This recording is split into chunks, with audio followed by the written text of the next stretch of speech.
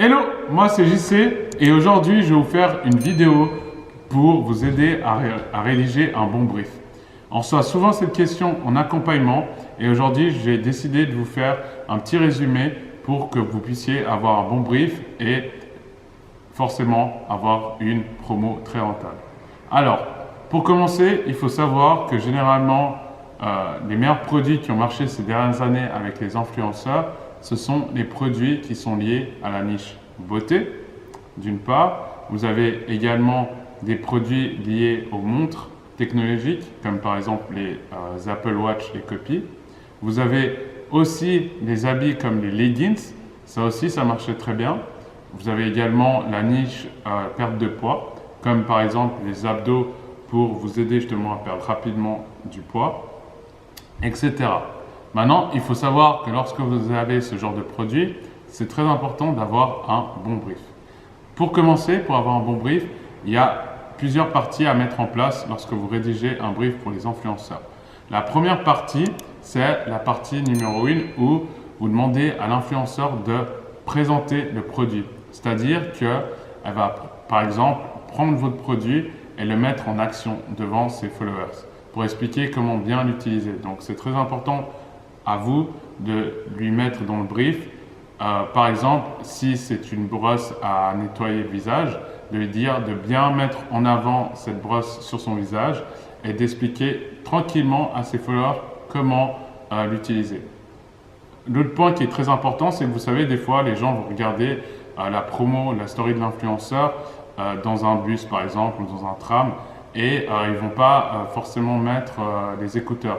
Donc, c'est très important également de lui dire de mettre un texte, souvent pour que les gens puissent soit, par exemple, écouter, les sensibiliser à prendre leurs écouteurs pour écouter la promo, soit également mettre en avant un compliment par rapport au produit, dire par exemple magnifique produit avec des emojis, en indiquant par exemple également s'il y a un rabais ou pas.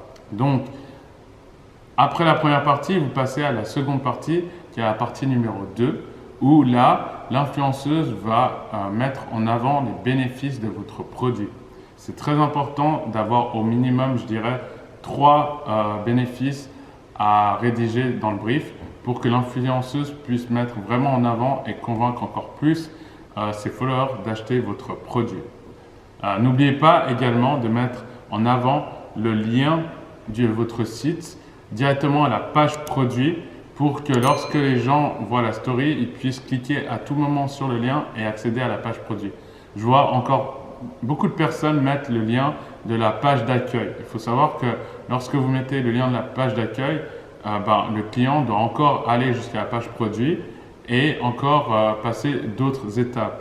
Et ça peut vous faire perdre pas mal d'argent parce qu'aujourd'hui, lorsqu'on regarde une story, il faut vraiment que vous diminuez les étapes jusqu'à l'achat pour le client afin d'avoir un maximum de rentabilité. Parce que vous verrez, il y a beaucoup de gens qui s'arrêtent au panier abandonné et qui, vous ne savez pas pour quelle raison, ils quittent votre site internet parce que quelqu'un leur a dérangé, par exemple, il y a quelqu'un qui les a interrompus et ils ont dû aller parler à la personne et ils ont complètement oublié votre site. Donc, encore une fois, ça je l'avais déjà mis dans d'autres vidéos, c'est important de mettre en place également des systèmes de relance comme l'emailing, les SMS aussi de relance, etc.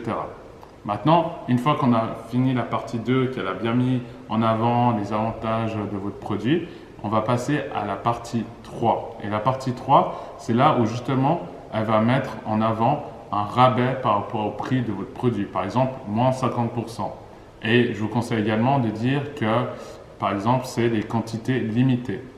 En diminuant, en indiquant le rabais, plus en disant par exemple stock limité ou quantité limitée durant 24 heures, ça va accélérer le processus d'achat parce que les gens vont se dire que c'est une offre exceptionnelle et qu'il ne faut absolument pas manquer l'occasion justement d'acheter votre produit.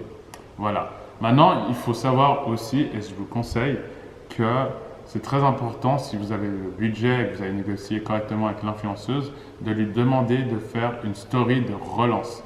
Je dis bien, mais ça 24 heures après, afin que vous puissiez continuer à avoir des ventes, même 48 heures après la promo.